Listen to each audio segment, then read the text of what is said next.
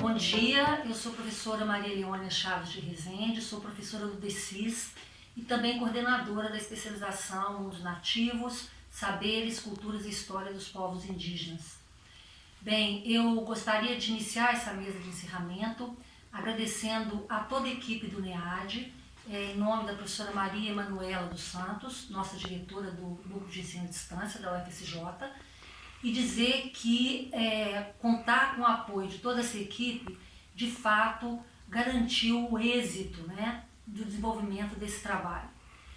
Tenho que reconhecer aqui o trabalho extraordinário e a dedicação dos professores e dos tutores com quem eu tive muito gosto, a honra, o privilégio de compartilhar esses meses de trabalho. Bem, eu gostaria de iniciar esse nosso encontro saudando vivamente aos cursistas da especialização, porque eu bem sei o quanto foi e quanto exigiu a determinação e o empenho de cada um de vocês para chegar nesse momento dessa conquista que é de todos nós e especialmente de vocês.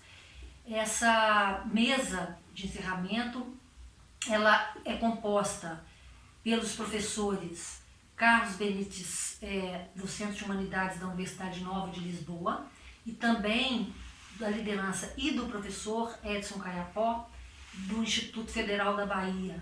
A mesa foi intitulada Resistência Indígena, Resistir para Existir. Eu quero agradecer toda a consideração e generosidade acadêmicas que os colegas tiveram nesse momento tão extraordinário que nós estamos vivendo, de gravar as suas falas. Antes de iniciar propriamente as conferências, eu gostaria de deixar minha mensagem pessoal para vocês.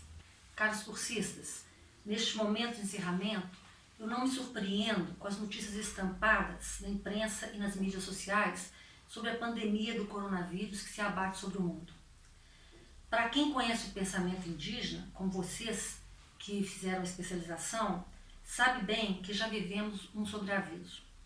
Quem não se lembra de como fomos alertados para este mundo agônico, em estado de devastação, nessa exploração desenfreada da natureza, com crimes ambientais de toda a ordem, como o ecocídio patrocinado pela Vale em 2015, que assassinou o Rio Doce, o Atu, da Idade para os Krenak. Ou os relatos dessa civilização brutal que cometeu o genocídio, entre tantas barbaridades, sem escrúpulo, desde os tempos coloniais e que seguem em pleno curso. Enfim, a história da sociedade ocidental é a exploração gananciosa sobre a natureza e dos homens sobre os homens, de forma institucionalizada do Estado contra os povos indígenas, que marcam então séculos de dominação.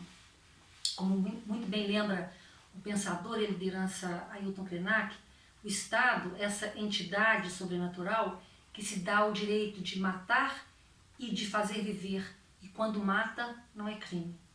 Bem, então, se pensou que com todas essas atrocidades, o tempo dos indígenas estava contado e que com esse expurgo eles seriam vencidos e varridos do seu território e da face da terra. Mas a contragosto, os povos indígenas originários resistiram e reexistiram. Como bem lembra o professor Edson Caiapó, os indígenas estavam e seguiram nas suas terras originárias.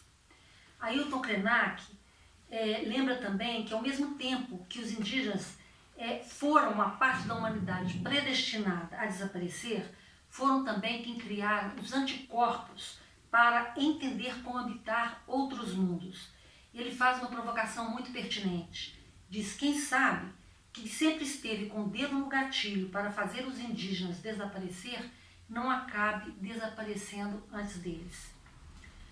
Pois bem, os indígenas, que foram considerados como um povo sem história, são mesmo hoje os testemunhos da história global dos brancos, uma história que pode estar fadada à sua total destruição.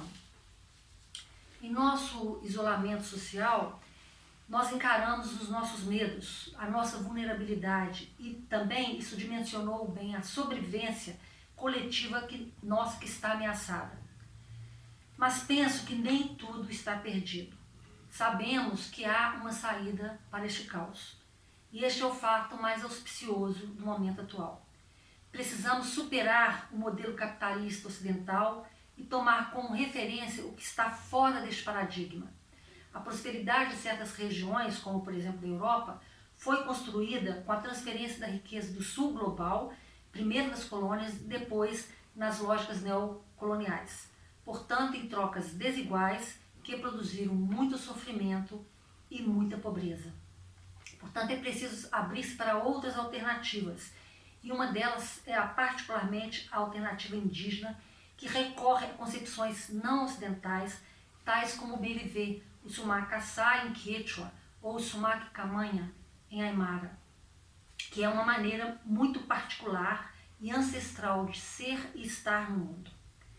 Estou convencida de que muito temos que aprender com as ontologias indígenas, com suas mundividências, sua cosmovisão, suas subjetividades, enfim, com seus modos de ser, em sinergia pulsante com a natureza e com toda a humanidade.